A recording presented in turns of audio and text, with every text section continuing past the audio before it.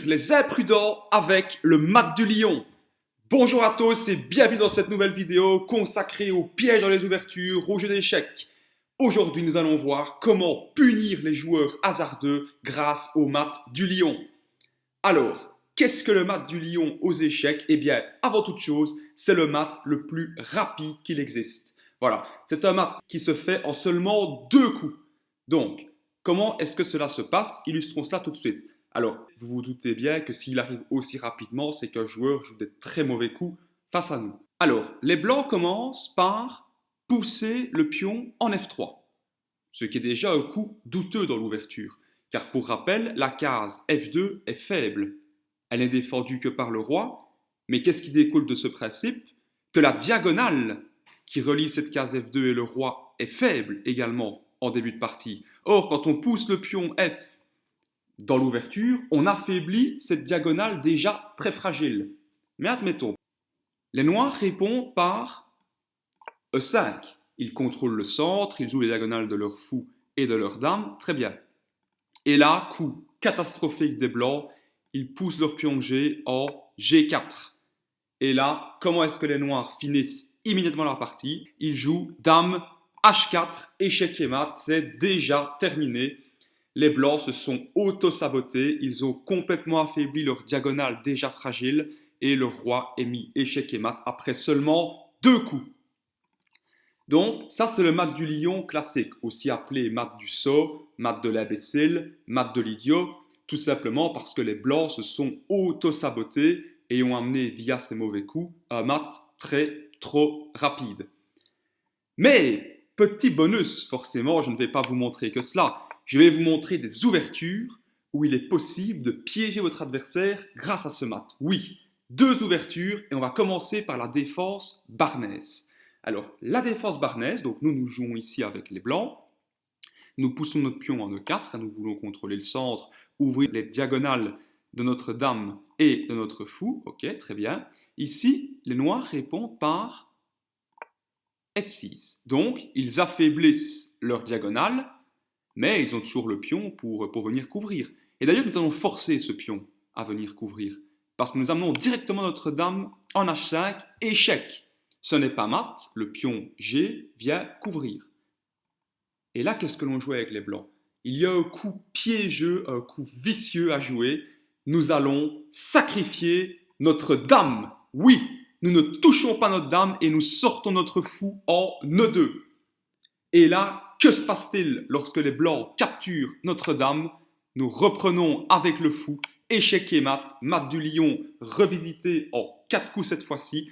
C'est le piège de la défense barnaise. Défense barnaise, voilà, pour la culture, c'est cette ouverture-là, caractérisée par la poussée du pion F en F6, du coup, en réponse à E4. Voici donc une première ouverture où vous pouvez piéger votre adversaire grâce au mat du lion. Et nous allons voir maintenant encore une ouverture plus tordue, encore plus surnoise si vous voulez. Donc ici, nous avons les blancs et nous jouons D4. Et là, que jouent les noirs? Forcément, ils touchent à leur pion F, ils jouent F5. Et si vous voyez, pour ceux qui s'y connaissent un petit peu, c'est comme une sicilienne inversée. Et ici, qu'est-ce que l'on fait? On va inciter les noirs à affaiblir complètement leur diagonale. Qu'est-ce qu'on fait? On sort le fou en G5. Ce n'est pas nécessairement un bon coup, mais si les noirs tombent dans le piège, on peut gagner très vite la partie. Qu'est-ce que les noirs jouent? Ils jouent H6. Ils repoussent notre fou. Du coup, nous, on recule notre fou. On a envie de maintenir la pression sur ce pion qui ne peut pas bouger sous peine de perdre la dame. Que font les noirs? Ils insistent. Ils poussent leur pion en G5. Ils harcèlent notre fou. Notre fou donc recule, et là, le pion F est poussé, notre fou est enfermé. Et qu'est-ce que l'on fait? Eh bien, la même chose que tout à l'heure avec notre dame, on ignore la menace. Oui, on laisse les noirs capturer notre fou, et à la place, nous jouons le coup E3. Et là, les noirs tombent dans le piège, ils jouent le moins bon coup possible, aussi surprenant que cela puisse paraître, ils prennent notre fou, ils sont gourmands. Mais notre fou est empoisonné, notre fou n'est pas comestible. Pourquoi? parce que la dame désormais peut arriver en H5, échec et mat, le mat du lion en 6 coups cette fois-ci. C'était le piège de la défense hollandaise. Défense hollandaise caractérisée par la réponse F5 suite au coup D4. Ici, on sort notre fou, on incite, si vous voulez, les noirs à chasser notre fou et pour ce faire, à affaiblir leur faible diagonale. C'est ce qu'ils font, donc ils repoussent notre fou une fois, on recule le fou, ils le repoussent encore une fois, ils affaiblissent désormais complètement leur diagonale. On recule notre fou, le pion enferme celui-ci, et au lieu de tuer notre fou, non, on avance le pion en E3 pour libérer la diagonale de notre dame. Les noirs ignorent la menace, ils prennent notre fou, ce fou empoisonné, la dame arrive en H5, échec et mat.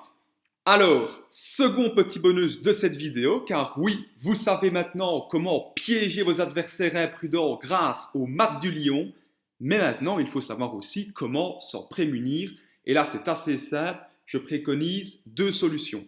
La première, c'est d'étudier parfaitement les ouvertures où vous poussez votre pion F.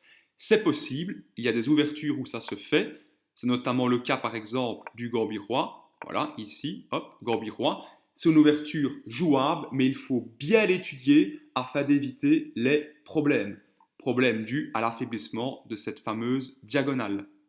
Alors, la deuxième solution que je préconise, c'est en tout cas que je préfère, parce qu'étudier les ouvertures par cœur, on n'a pas toujours envie, on aime bien progresser rapidement sans avoir trop de théorie étudiée. Bref, solution simple, mieux vaut prévenir que guérir. Évitez de toucher à vos pions, F et G, en début de partie, en tout cas tant que votre roi n'est pas en sécurité, tant que votre roi n'est pas à l'abri. Et si vous touchez à l'un des pions, évitez de toucher à l'autre. Bref, privilégiez par exemple des ouvertures où vous n'y touchez pas. Ici, on peut montrer l'ouverture italienne, donc, vous voyez, les cavaliers qui sortent, hop, assez classique, et vous voyez, on peut roquer, et comme nos pions n'ont pas bougé, nous n'avons pas de problème sur cette fameuse diagonale faible. J'espère que cette vidéo vous aura plu. Vous savez désormais comment punir les imprudents avec le mat du lion. Vous savez aussi comment ne pas tomber dans ce piège. Pensez à laisser un pouce sous la vidéo si celle-ci vous a plu et à vous abonner pour ne louper aucun piège dans les ouvertures et avancer petit à petit vers un niveau de maîtrise conséquent au jeu d'échecs. Je vous dis à très vite pour une prochaine vidéo consacrée aux pièges dans les ouvertures. D'ici là, portez-vous bien. Ciao!